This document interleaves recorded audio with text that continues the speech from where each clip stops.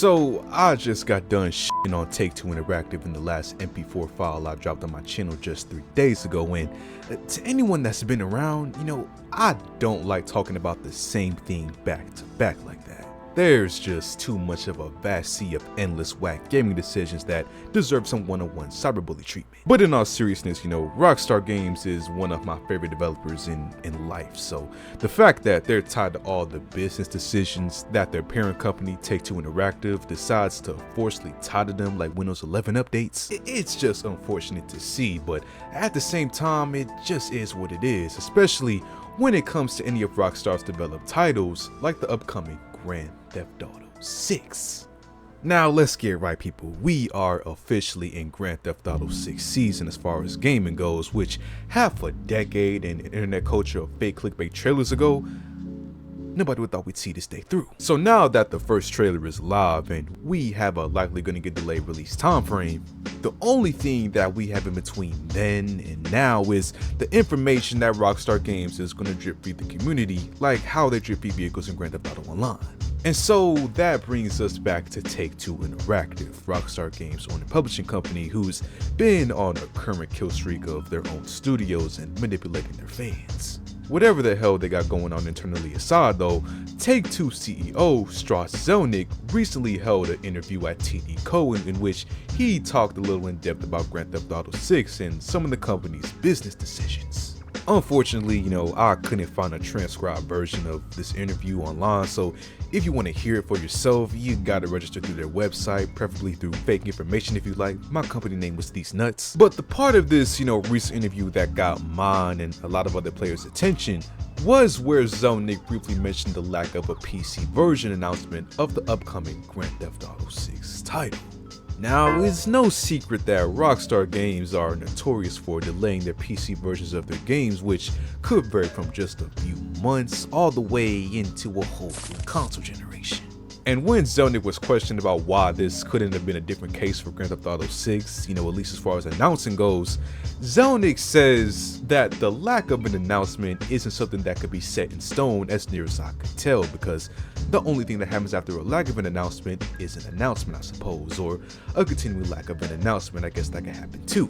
It doesn't seem to me that either would be set in stone, basically saying that just because nothing about the PC version was said now, that nothing could be said in the near future, which, I guess is fair in all fairness. And then after that, he goes, Rockstar has an approach to platforms that we've seen before, and they will continue to make more announcements in due time. I do believe that the right strategy for our business is to be where the consumer is, and historically, what this company has done is address consumers anywhere they are on any platform that makes sense over time.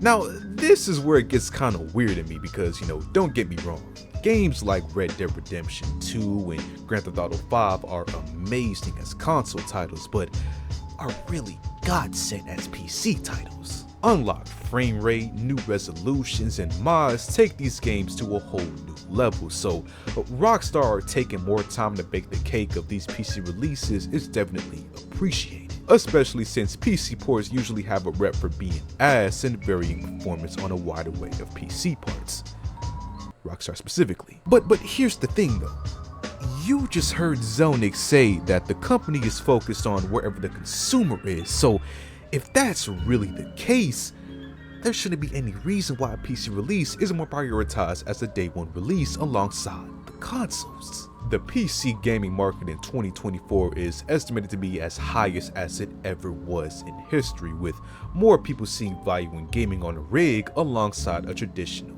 console. And in some cases, people even only play now on PC since console exclusives are migrating over to this newfound market.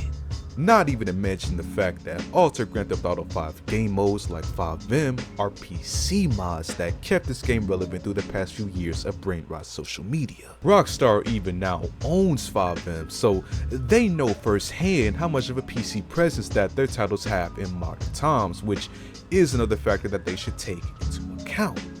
Now, of course, I'm not oblivious, I understand that there's an egregious process of developing for hardware that varies among millions of players, or at least the fact that Rockstar is out to milk as many releases of this game that they possibly can. can. They have a cross-generational personal best to be. But if they really meant what they said about being where the consumers are, then, from the outside looking in, it just kinda sucks to see that it seems like PC players still gotta take the back seat after all these years and millions that this company has made later. Of course though, like we mentioned earlier, this is all what we know right now, so only time will tell if anything has changed or if Rockstar has more imminent plans for Grand Theft Auto 6 on PC. Of course though, we'll just have to wait and see what the future holds for Rockstar games and PC releases in the future.